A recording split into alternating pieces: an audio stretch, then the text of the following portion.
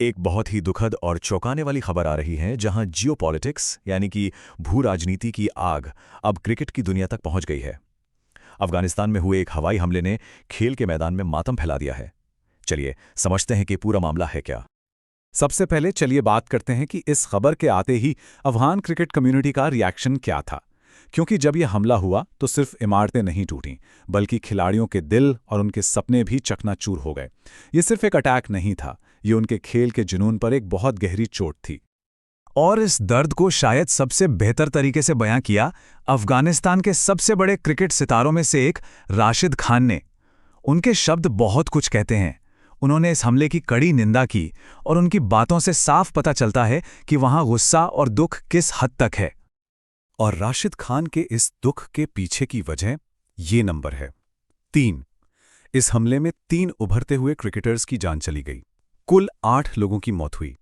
ये सिर्फ एक आंकड़ा नहीं है, ये वो सपने थे जो अब कभी पूरे नहीं होंगे। ये गुस्सा सिर्फ खिलाड़ियों तक ही नहीं रुका।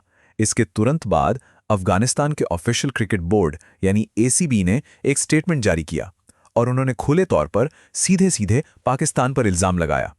अब यह मामला एक ट्रेजेडी से बढ़कर एक बड़ा डिप्लोमैटिक मुद्दा बन गया। तो इन सब इमोशंस और आरोपों के बीच एक सवाल उठता है कि आखिर उस दिन जमीन पर हुआ क्या था। चलिए अब थोड़ा इस मिलिट्री एक्शन की डिटेल्स में जाते हैं। असल में यह घटना कैसे घटी? तो देखिए, यह हमला हुआ अफगानिस्तान के पख्तीका प्रांत में, जो पाकिस्तान बॉर्डर के बिल्कुल करीब है। और सबसे दुख की बात यह है कि ये खिलाड़ी एक फ्रेंडली मैच खेलकर अपने घर लौट रहे थे जब उनका सामना इस हवाई हमले से हुआ। इसमें कुल 8 लोगों की जान गई, जिसमें औरतें और बच्चे भी थे, और 7 लोग घायल हुए। सोर्स मटेरियल में इस घटना को लेकर एक बहुत ही सख्त टिप्पणी की गई है। वहां कहा गया है कि एक ऐसे देश पर हमला करना जिसके पास अपनी कोई एयरफोर्स या एयर डिफेंस सिस्टम तक नहीं है, यह सरासर शैतानी है। मतलब एक तरफा हिंसा का एक क्रूर उदाहरण। तो इस हवाई हमले की गूंज सिर्फ सरहद तक ही नहीं रही, बल्कि क्रिकेट के मैदान तक भी पहुंची। अब देखते हैं कि क्रिकेट की दुनिया में इसका सीधा असर क्या हुआ, क्योंकि जब पॉलिटिक्स इस तरह से खेल में घुसती है तो रिएक्शन भी उतना ही जोरदार होता है।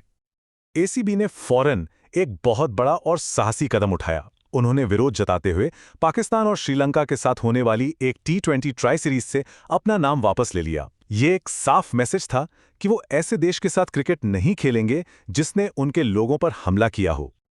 अब ये जो स्लाइड में तुलना है वो सच में सोचने वाली बात है। एक तरफ है अफगानिस्तान क्रिकेट बोर्ड, जिसके पास पैसे और संसाधन बहुत लिमिटेड हैं, लेकिन फिर भी उन्होंने अपने लोगों के लिए एक स्टैंड लिया। दूसरी तरफ सोर्स में बीसीसीआई जैसे अमीर बोर्ड का जिक्र करके ये पॉइंट बनाया गया है कि एसीबी ने अपने उसूलों को पैसे से ऊपर रखा, जो आज की क्रिकेट की दुनिया में एक बहुत बड़ी बात है। और एसीबी के इसी फैसले ने इस पूरी घटना को क्रिकेट की हेडलाइन से निकालकर इंटरनेशनल पॉलिटिक्स के गलियारों में पहुंचा दिया। तो चलिए अब इस घटना से जो बड़े जियोपॉलिटिकल सवाल उठे हैं उन पर नजर डालते हैं, क्योंकि ये कहानी अब सिर्फ क्रिकेट की नहीं रही। सोर्स में एक बहुत ही सीधा और बड़ा सवाल उठाया गया है। सवाल यह है कि जब रूस पर इस तरह के एक्शन के लिए स्पोर्ट्स बैन लग सकते हैं, तो पाकिस्तान पर क्यों नहीं लगते? ये सवाल कहीं ना कहीं इंटरनेशनल स्पोर्ट्स बॉडीज के दोहरे रवैये की तरफ इशारा करता है।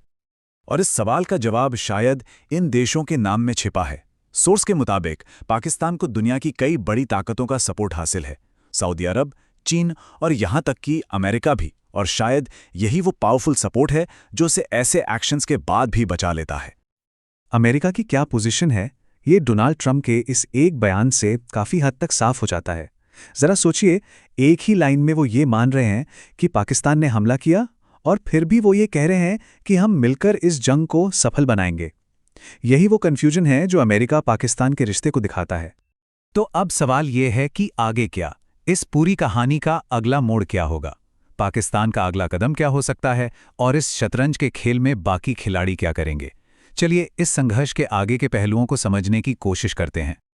सोर्स के मुताबिक पाकिस्तान की एक बहुत ही कह सकते हैं सोची समझी रणनीति है।